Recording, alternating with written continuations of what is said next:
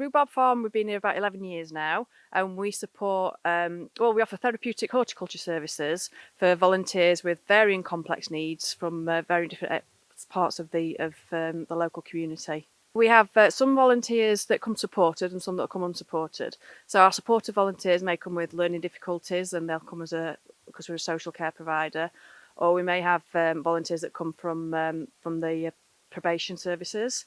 We also have volunteers that come from just the local community, maybe long-term unemployed or maybe struggling to work out what they're doing for the future.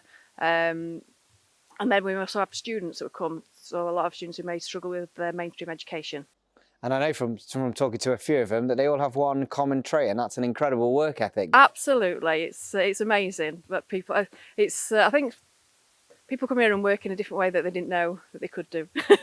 Being outside, doing something completely different, learning things. I think learning the skills of the garden and the horticulture and being in the fresh air and being able to mix with lots of different types of people.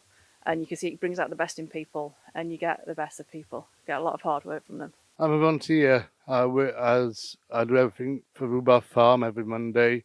We sell a lot of things, grow a lot of things, and loads of hard workers and everything else. We show around everywhere where we've done lots, toured and that, all this and everything else, and I'm proud to be here. We've got the gardening and the horticulture, but we also have we have a cafe, a kitchen, so our volunteers can come and learn cooking skills. So all of our volunteers are offered an ASDAN qualification if they want to enrol on one of those. So they may be doing something like horticulture or animal care or independent living. So if you're doing independent living, they might be spending time in the kitchen, learning how to cook, working with our food champion to do cooking, budget skills, all those things, going out and planning a meal, going out buying those ingredients for a meal, all the skills that go around it. And then also we've got the pigs and chickens. So again, volunteers, if they're doing animal care, they can learn how to look after the chickens and the pigs, and part of their role will be going and getting the eggs in the morning, which we then go and sell in our shop, or they may be cleaning the chickens and learning all that husbandry that goes with looking after the animals and the responsibility that comes with that. And our chickens and pigs are very popular on the farm. We all have slight needs, and this is obviously suited ideally for people. So for me, it's ideal because I'm outside, not being rushed into things or stuff like that. So it's ideal, yeah. I mean, I love being outside, so.